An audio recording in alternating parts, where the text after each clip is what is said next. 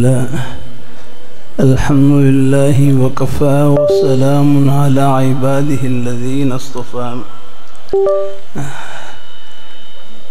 أما بعد فأعوذ بالله من الشيطان الرجيم بسم الله الرحمن الرحيم إن الذين قالوا ربنا الله ثم استقاموا فلا خوف عليهم ولا هم يحزنون.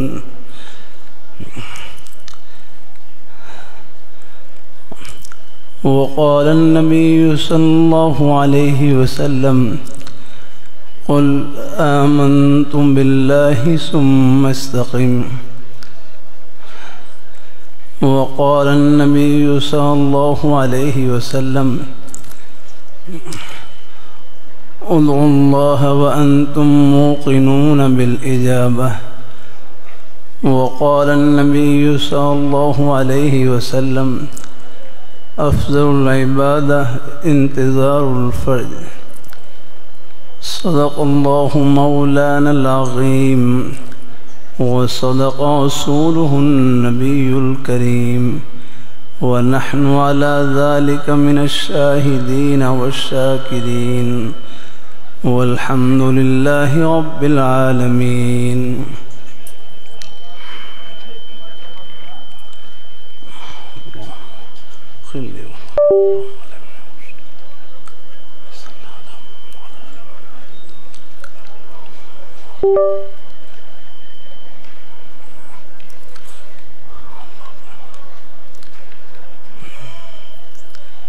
جزاک اللہ.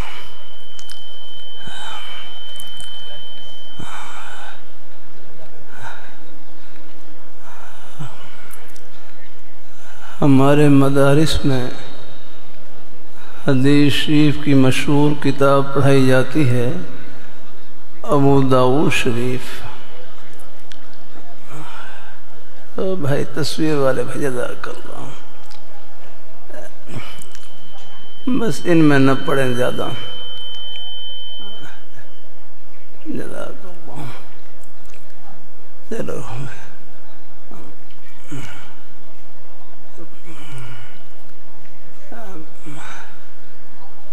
ہمارے مدرسے کے عالم دین شیخ الحدیث میں ان کے علاقے میں حاضر ہوا ہے تو انہوں نے حضرت مولانا محمد عمر پالمپوری صاحب رحمہ اللہ تعالی تبلیغی جماعت کے بزرگ گزرے.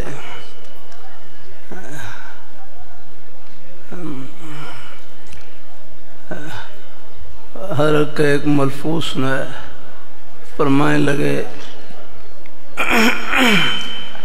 یہ ضرورت کا لفظ آپ نے سنا ہوگا بار بار, ہماری درسی کتابوں میں بھی استعمال ہوتا ہے. الضرورت تقدر بقدر ضرورہ.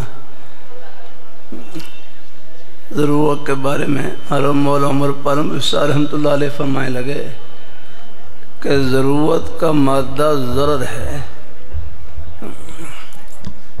ضرورت کا مادہ ضرر ہے اور یعنی زواد دورہ مضاف ثلاثی کہ ضرورت کا مادہ ضرر ہے اور ضرر کا معنی ہے نقصان. فرمایا جو چیز ضرورت کے لیے ہو اگر بقدر ضرورت استعمال کی جائے تو وہ نافع ہے, اور اگر ضرورت سے زائد استعمال کریں گے, بلا ضرورت استعمال کریں گے تو پھر ضرورت کا اصلی مادہ ضرر واپس لوٹ آئے گا اور وہی چیز نقصان کا ذریعہ بن سکتی ہے. اب آپ دیکھ لیں, یہی موبائل فون ہے, یہ ایک ضرورت کی چیز ہے. اگر اس کو اطلاع کے لیے استعمال کریں, خبر گیری کے لیے استعمال کریں, اپنی جائز ضرورتوں میں استعمال کریں تو یہ ایک نفع کی چیز ہے. لیکن اگر ضرورت سے زیادہ کچھ نامناسب چیزوں میں استعمال کریں گے تو پھر یہ نقصان کا ذریعہ بن سکتی ہے۔ طلباء سے بھی عرض کرتا رہتا ہوں، اللہ تعالیٰ کی توفیق سے کہ اپنی حاضری خود لگاؤ یا کرو۔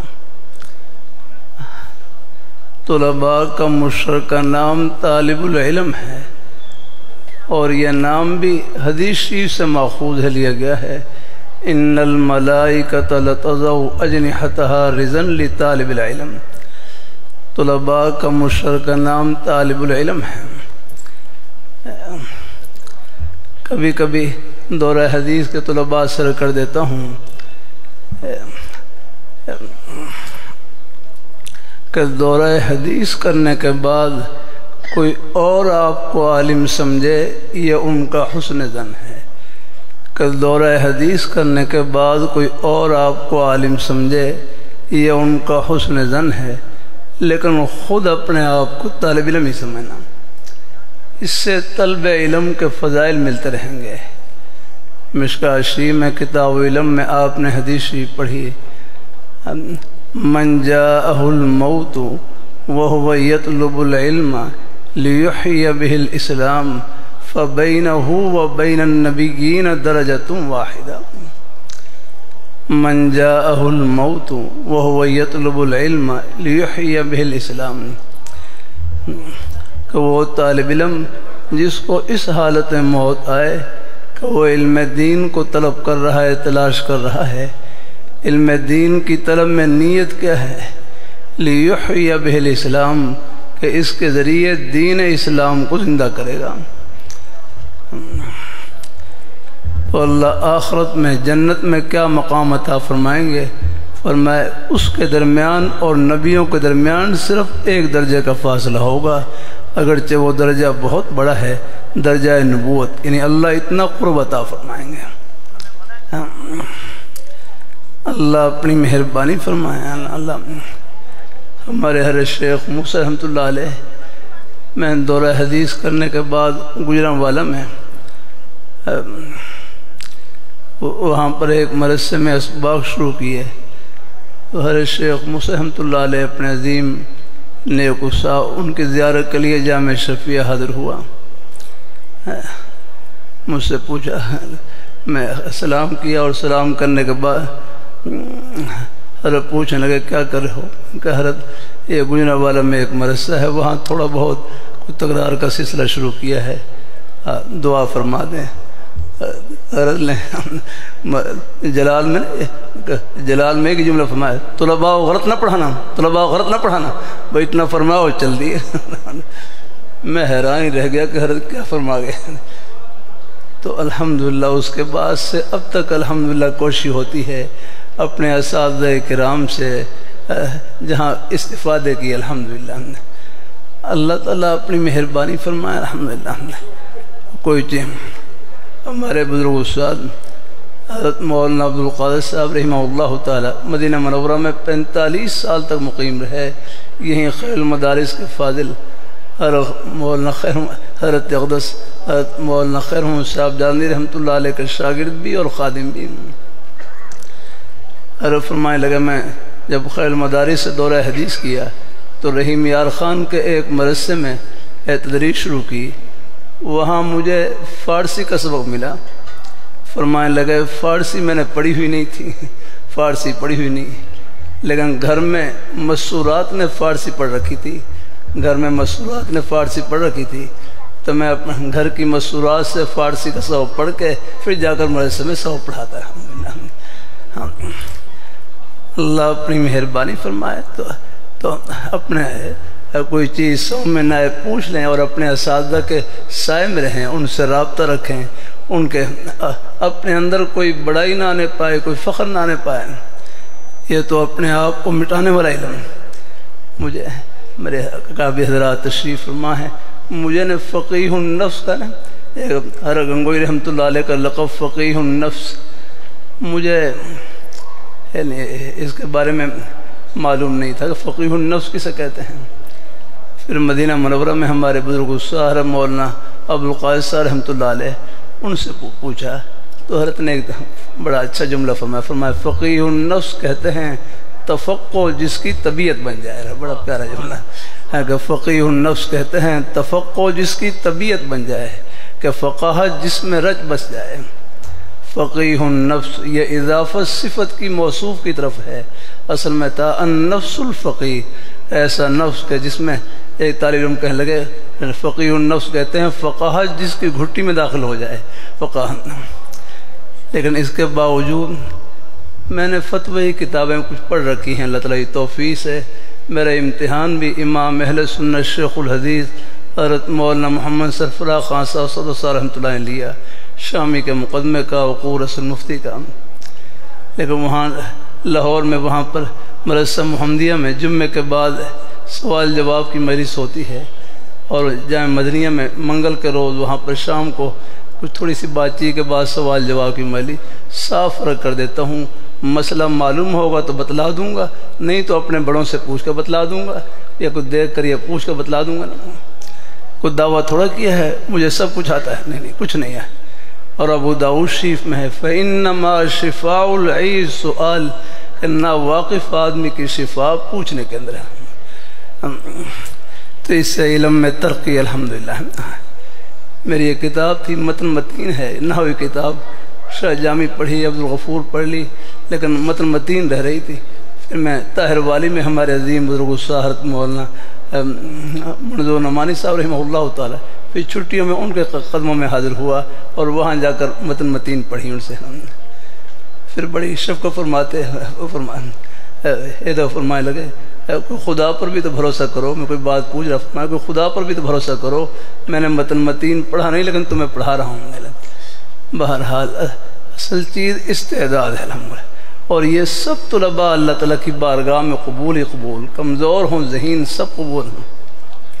بلکہ مشکاہ شریف میں حدیث شریف گزری کتاب علم میں من طلب العلم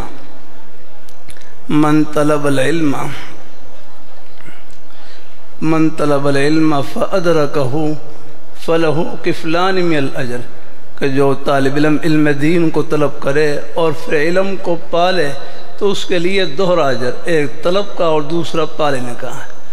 اور فإن لم یدرکہ فلہ کفل من الاجر، اگر وہ علم کو پوری طرح حاصل نہ کر سکے تو پھر بھی اس کے لیے طلب پر اجر ملے گا. میں مدرسہ سولتیہ مکہ مکرمہ میں تھا، وہاں پر ہندوستان کے حرم مفتی فاروق صاحب رحمہ اللہ تعالی جو فتاوی محمودیہ کے مرتب ہیں، وہاں مدرسہ سولتیہ میں کمرے میں تشریف فرما، میں ان کی خدمت میں حاضر ہوا.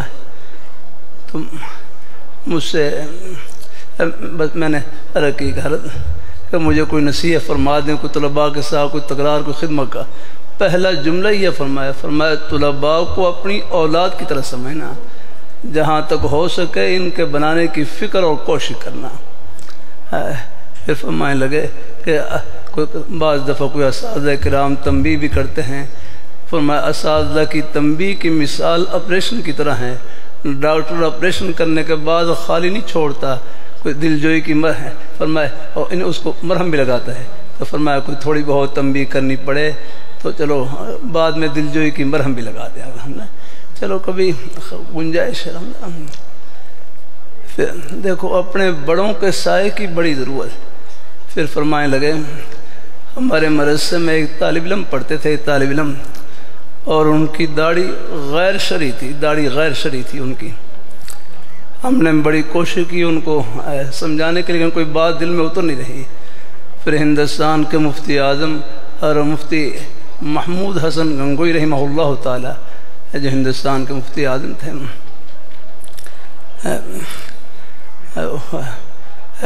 وہ کہتے میرا ان سے اصلاحی تعلق تھا، ہر کی خدمت میں خط لکھا. تو حضرت ایک طالب علم ہے، داڑھی ان کی غیر شرعی ہے، سمجھانے کے باوجود کوئی بات دل میں اتر نہیں رہی، کیا کروں؟ تو حضرت نے پھر جواب میں لکھا، فرمایا اس طالب علم کو ذرا اپنے قریب کریں، ذرا اپنے سے مانوس کریں، اگر ہیں اپنے قریب کریں، مانوس کریں. اللہ ہے کہ چلو کبھی ہے کوئی خدمت ان کے ذمہ لگا دی، کوئی چیز منگوا لی، کبھی اپنے ساتھ کھانے میں بٹھا لیا، باہر اپنے سے مانوس کریں. فرمایا ہم نے حضرت کی رائے پر عمل کیا، الحمدللہ وہی طالب علم سنت کا نور سجا کر نکلا۔ اچھا بس میں 1-2 منٹ کی گنجائش ہے۔ اللہ تعالیٰ اپنی مہربانی فرمائے۔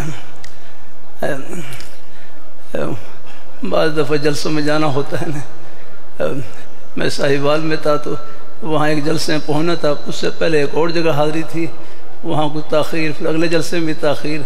وہاں کے جو مسجد کے خطیب صاحب تھے وہ اپنے مجمع کو تسلی دے رہے، فرمانے لگے کہ پکا ٹائم تو اسرائیل دا ہی ہوتا ہے، پکا ٹائم تو اسرائیل دا ہی ہوتا ہے، باقی تیرا دا ہی ہوتے ہیں۔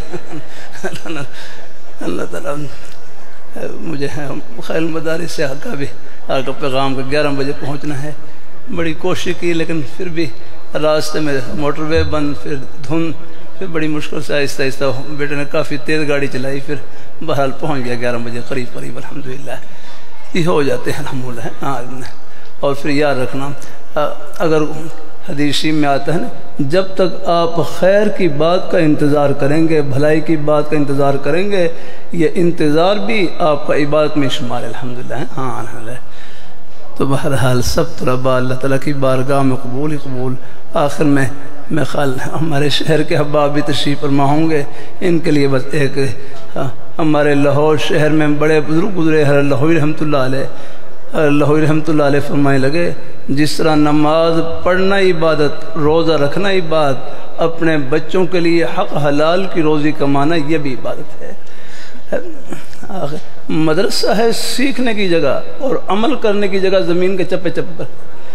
اور طلباء کتاب البیوع سے حدیث مبارکہ پڑھ رہے اور ان کو ایک بھائی کہنے لگے کہ اب یہ بے شرع کے متعلق حدیث ہیں، ان پر عمل کرنے کا موقع شاید ہمیں مسجد میں نہ ملے، مدرسے میں نہ ملے، ان پر عمل کرنے کا موقع بازار میں ملے گا، دکان میں ملے گا، کاروبار میں ملے گا، ہم طلباء کو ان پر عمل کرنے کا موقع کیسے ملے گا؟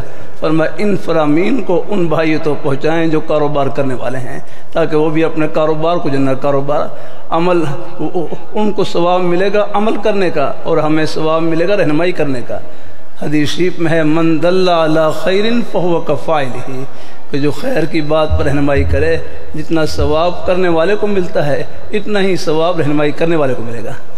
تو اللہ تعالیٰ سب کو قبول فرمائے، اللہ ہم سب کو اپنے ایمان پہ قائم رکھے، اپنے دین پہ قائم رکھے، آمین آمین۔ آخر دعوانا الحمدللہ۔